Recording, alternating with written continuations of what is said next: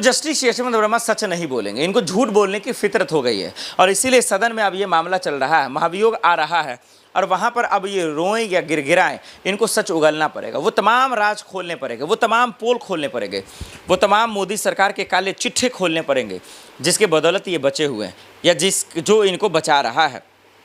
क्योंकि सरकार का जागना, विपक्ष का जागना, सुप्रीम कोर्ट का सवाल उठाना ये बताता है कि जस्टिस यशवंत वर्मा सिर्फ जिद कर रहे हैं और वो अपने जिद के चक्कर में कानून व्यवस्था का अपमान कर रहे हैं, लोकतंत्र का, संविधान का अपमान कर रहे हैं, जो किसी भी सूरत में माफ़ नहीं किया जा सकता। मेरा मानना ये है, सदन चल रहा है, सुप्रीम कोर्ट में भी आप लगातार जा रहे हैं, जनता की इतनी बड़ी अदालत है, सच क्यों नहीं बोल देते? क्या सच बोलने की हैसियत नहीं आप में? क्या सच बोलने की हिम्मत नहीं आप में? आप तो जज पद पे हैं, आप सच नहीं बोलेंगे तो कौन बोलेगा? ये भारत के सियासत में, भारत की राजनीति में सबको पता है कि जो पैसे वाले लोग हैं, जो पावरफुल लोग हैं, जिनके पास सिस्टम है, जिनके पास पॉलिटिकल पावर है, वो अपना जो है दिमाग लगाकर, दाएं बाएं कर, सोर्स लगाकर बच जाते हैं।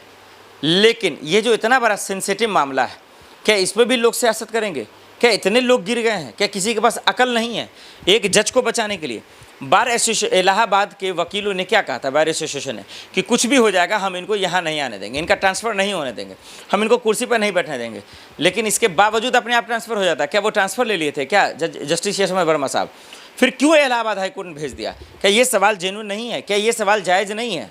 और आज गलथेतरी कर रहे हैं जस्टिस यशवंत वर्मा, आज कह रहे हैं कि हमारी गलती नहीं है, हमारा पैसा नहीं है, हमारा बयान नहीं लिया गया, 3 जजों की रिपोर्ट गलत है। यानी कि आप सुप्रीम कोर्ट को मूर्ख बना रहे हैं। पूर्व सीजे खन्ना साहब को जो है दरअसल आप उनके साथ होशियारी कर रहे हैं। क्या उनको अकल नहीं है? तो ये सवाल जो है बहुत बड़ा है। ये सवाल समझने और सुनने के लायक है कि जो जस्टिस यशवंत वर्मा के साथ हो रहा है या वो जो कर रहे हैं वो पूरी तरीके से गलत है। ये नहीं होना चाहिए था।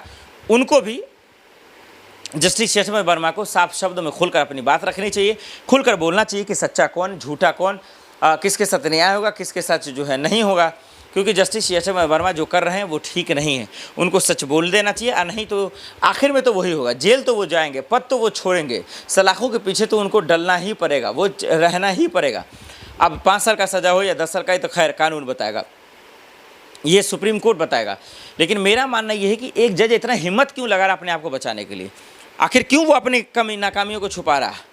वो अपने दरअसल जो है स्कैम, भ्रष्टाचार और धांधली को बचा रहा है। वो सिर्फ इसलिए ताकि सत्ता के नज़र में बेहतर बन जाए, मोदी के नज़र में मेरा नाम कम आ जाए, अमित शाह जी के नज़र में मैं तोप हो जाऊँ, रंजन गोगोई साहब की तरह।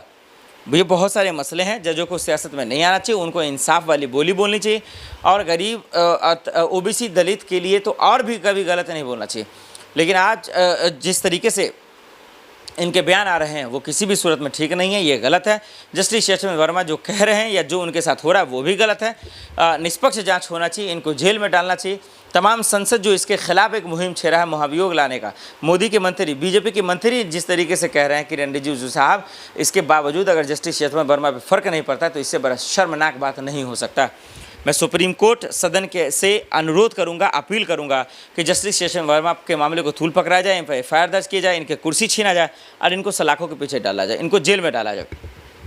ये बर्दाश्त करने लायक नहीं है, ये सहने लायक नहीं है, इसको किसी भी सूरत में बख्शने लायक नहीं है।